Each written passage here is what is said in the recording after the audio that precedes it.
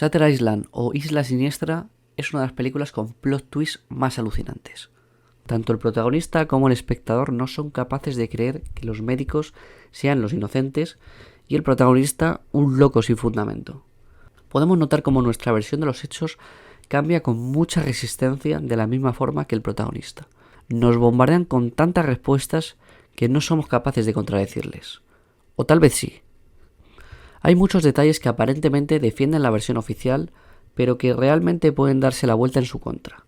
Nos vamos a centrar en los detalles más determinantes porque si no el vídeo sería interminable. Uno de los elementos más importantes es cómo la locura de Teddy parece intensificarse a lo largo de la película. Esto podría explicarse por las drogas ocultas en los cigarrillos que le ofrece su compañero Chuck y en la medicación para la jaqueca que le da Cowley en 2 ocasiones, ya que sabemos que los dos desde el principio están jugando con él. La Rachel Solando que no está en la cueva sabemos que es una actriz, por tanto estaría metiendo en Teddy ideas sobre el lago e hijos ahogados que realmente nunca pasaron. Esto mismo ocurre con las referencias que hace Cowley al agua en su primer encuentro. El argumento más contundente de los médicos es el anagrama Edward Daniels Andrew Aedis, donde serían la misma persona, pero podrían haber engañado a Teddy para hacerle creer que su apodo de Teddy se refiere a Edward. Es importante saber que Teddy se utiliza más para Theodore y no tanto para Edward. Para Edward se utiliza más los diminutivos Ed, Eddie o Ned. En caso de llamarse Theodore, el anagrama dejaría de tener sentido y la Edis podría ser el prisionero del edificio C con la cicatriz. Durante la película no vemos indicios de que le estén metiendo en la cabeza que su nombre sea Edward. Siempre pueden haberlo hipnotizado mientras duerme o algo muy enrevesado fuera de cámara. Pero realmente no vemos nada, así que se mantiene como el argumento más sólido de los médicos. Pero como hemos visto, no como un argumento inquebrantable. Cowley explica todo lo ocurrido en la isla como un experimento para hacerle entrar en razón, haciendo alusiones a su trauma. Esa sería la justificación para la opacidad de la institución y las mentiras constantes sobre un detective. Sin embargo, esto no concuerda en absoluto con el momento en el que Cowley juega con Teddy sobre que vino solo a la isla. Cowley trata de hacernos creer que nunca tuvo un compañero. Teddy inteligentemente le sigue el juego para que no le tomen por loco. Rachel Solando de la cueva ya le avisó que trataría de hacer este tipo de jugadas para tratarlo por loco y justificar la lobotomía.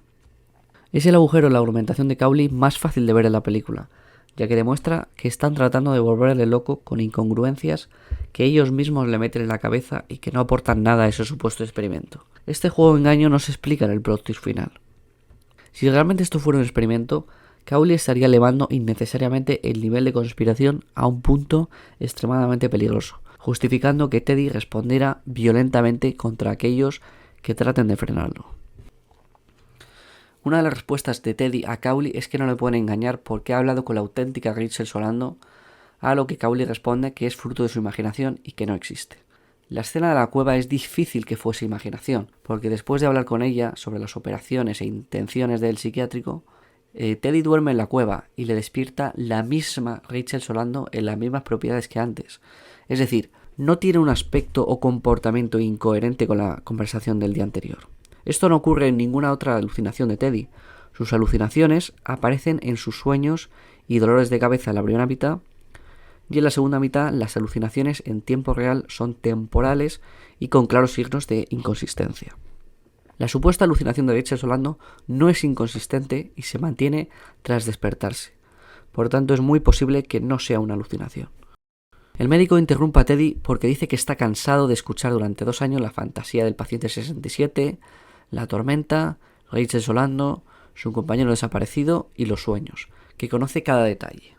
Esto no tiene sentido porque Teddy no pudo haber hablado anteriormente de la tormenta, Rachel Solando o su compañero desaparecido. Todo esto se vive en el experimento, el cual se indica que solo se ha hecho una sola vez. La única vía sería que Teddy inventase toda una historia sobre un compañero suyo, una tormenta y una prisionera llamada Rachel Solando, pero es que realmente Teddy los conoce en el mismo momento de la película, no antes. Chuck es un falso policía que no conoce y Rachel una fugada que debe de investigar por primera vez. El nombre de Rachel no se menciona hasta entrar en el despacho de Cowley, por tanto Teddy no sabía el nombre de la prisionera hasta entonces. A diferencia de la Edis y Noyes, nombres que sí conoce antes de ser mencionados por nadie más. Cowley solo pudo haber escuchado de los sueños, Andrew, Edward, Dolores y el fuego. El resto no forma parte del esquema de traumas que nos trata de convencer. Por tanto, aquí Cowley nos estaría engañando. Cowley, después de decir esto, confirma que Teddy fue uno de los soldados que liberó el campo de concentración de Dachau, como así también lo confirma el papel que le da sobre historial médico y laboral. Tras afirmarlo, Cowley dice que es probable que Teddy nunca fusilase a ningún guarda y que sería producto de su imaginación. Este argumento el espectador lo pasa por alto si no conoce cómo se liberó el campo de Dachau, pero con información al lado sabemos que ese fusilamiento ocurrió en verdad. En 1945, 3 divisiones de los Estados Unidos liberan el campo de concentración de Dachau, donde encontraron cientos de cadáveres en el tren, muchos de ellos cayéndose en los vagones. En el mismo flashback que tiene Teddy se ve exactamente el apodado Tren de la Muerte con las mismas características. Tras ello, pusieron en fila a los nazis y los fusilaron sumariamente. Esto fue confirmado por Estados Unidos, por lo que no se trata de un rumor o una exageración traumática de Teddy. Por tanto, Cowley no dice la verdad. No es improbable que no fusilara a ningún guarda. Lo más probable es que sí lo hiciese, siguiendo la indignación de sus compañeros ante tal barbarie. La niña que vimos continuamente durante las visiones y que Cowley muestra en una foto fallecida puede ser perfectamente una víctima del campo de concentración, y la foto de Cowley un documento de la liberación. Teddy puede estar traumado por una de las niñas que vio muertas en la liberación, y que no pudo salvar a tiempo, ya que durante estos últimos meses moría más de 2.600 prisioneros al mes en Dachau. Recordemos que la versión de Cowley dice que Teddy tiene más hijos, pero a Teddy realmente solo le trauma a su esposa y una de sus hijas. Esto no cambia ni siquiera la gran revelación de Cowley. Teddy solo le importa la foto de esa niña que es la que está recostada en el tren de la muerte. Cowley trata de burlarse de Teddy preguntando ¿dónde están los experimentos nazis y satánicos? El miedo de que fuesen experimentos nazis viene de que uno de los principales médicos es un alemán expatriado en Estados Unidos tras la Segunda Guerra Mundial. Tener serias dudas es lo correcto cuando se niegan a dar documentación que un Marshall les ordena y sabiendo que el alemán pertenece al ala más dura de la psiquiatría. Respecto al satanismo no se sospecha algo así en ningún momento. El doctor puede burlarse, pero la realidad es que sí se realizan lobotomías en este sitio y no se tiene documentación del lugar. Que Teddy no haya encontrado pruebas de los experimentos es bastante normal, cuando todo el personal y su compañero están conspirando contra él, tanto si es un experimento médico o una conspiración auténtica. Cuando llega al faro, Cowley ya le está esperando sentado, con pruebas para convencerle. Por tanto, sabían el momento en el que entraría en el faro, y pudieron quitar o esconder toda prueba en el sótano del faro, tras una noche donde Teddy estuvo durmiendo en la cueva. Pero es que además hay otra alternativa aparte de esta, que realmente no esté en ese faro. Lo que quiero decir es que hay 2 faros en la isla. El primer faro que se enfoca en la película es diferente al que Teddy finalmente accede. Aparentemente son iguales, mismo modelo de faro. Sin embargo, las vallas son diferentes. En el primer faro vemos que tiene vallas alrededor del mismo y otras que recubren un lado. Estas vallas laterales no se ven en ningún momento en el faro que finalmente accede Teddy, y eso que se enfoca varias veces desde la lejanía. Aquí podéis ver que en todas las escenas donde se enfoca el otro faro no tiene vallas laterales como en el primer plano. Por tanto, podemos concluir que hay 2 faros, aunque la trama no lo indique. Esta institución no sabe llevar prisioneros. ¿Qué sentido tiene que la zona de prisioneros más peligrosos se junte en la misma celda Josh Noyce y Teddy, el supuesto prisionero más peligroso de la isla? Si es tan peligroso, la medida es tenerlo en una celda separada, no lobotomizarle. Es la medida más obvia. El complejo C es muy grande y tiene un montón de celdas.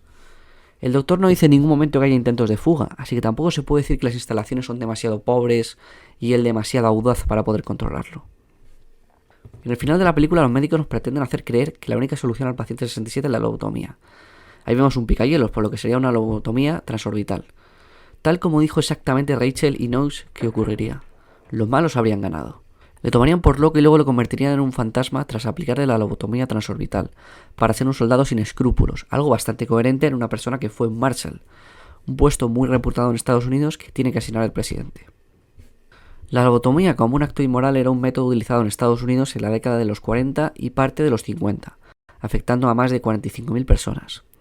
Esta película se ambienta en 1954, donde todavía existía este método. La justificación por la que se utiliza la lobotomía en Estados Unidos es que había poco avance en la medicina para tratar pacientes con psicosis permanente, hasta que llegó la clorpromacina, que reduce las alucinaciones, y a partir de ahí fue la caída de la lobotomía y su posterior ilegalización. Vaya, si este es exactamente el medicamento que el médico le dice que lleva tomando durante 24 meses. La misma cantidad de tiempo desde que el juez le ordenó estar ingresado en esta institución. Por tanto, en este experimento es donde tendríamos que ver a Teddy más violento y desatado. El médico nos indica que el Teddy violento era el de antes, lo cual es difícil de creer porque un paciente con 2 años de clorpromacina es mucho más estable que un paciente que no tomó clorpromacina y que está en un ambiente hostil donde todos le mienten, le ocultan e incluso le amenazan. Además de que la clorpromacina tiene como efecto secundario la somnolencia y la fatiga muscular, así que así no vas a ser más peligroso. Esto tira por tierra la argumentación médica que nos trata de meter Cowley y Sheehan. En esa escena final donde Teddy le dice a Chuck que se pregunta si es mejor vivir como un monstruo o morir como un buen hombre, no es necesariamente un atisbo de que quiere que le lobotomicen para olvidar lo ocurrido. Puede perfectamente significar que él puede morir como un buen hombre y ellos tendrán que vivir como monstruos. Caminando hacia la lobotomía se enfoca el faro, y aunque podamos pensar que se trata de un plano provocador del director, Rachel y Noyce nos lo advirtieron. Noyce, a diferencia de Rachel, sabemos al 100% que no es una alucinación. Así que los malos ganaron y nos engañaron. Los experimentos satánicos que hice de forma burlesca Cowley los encontramos nosotros mismos sobre Teddy, que no logró encontrarlos porque estaba solo, y la única persona que tenía a su lado era un espía. Teniendo todo esto en cuenta, ya queda nuestro juicio si de verdad podemos confiar en los médicos de Shutter Island. Quizá Teddy tenía más razón de lo que creíamos, y aceptamos la conclusión de los médicos demasiado rápido. Déjame tu opinión en los comentarios y me encantaría saber lo que piensas. Si el vídeo te ha dado que pensar, dale like y suscríbete para más entregas así. Hasta el próximo vídeo.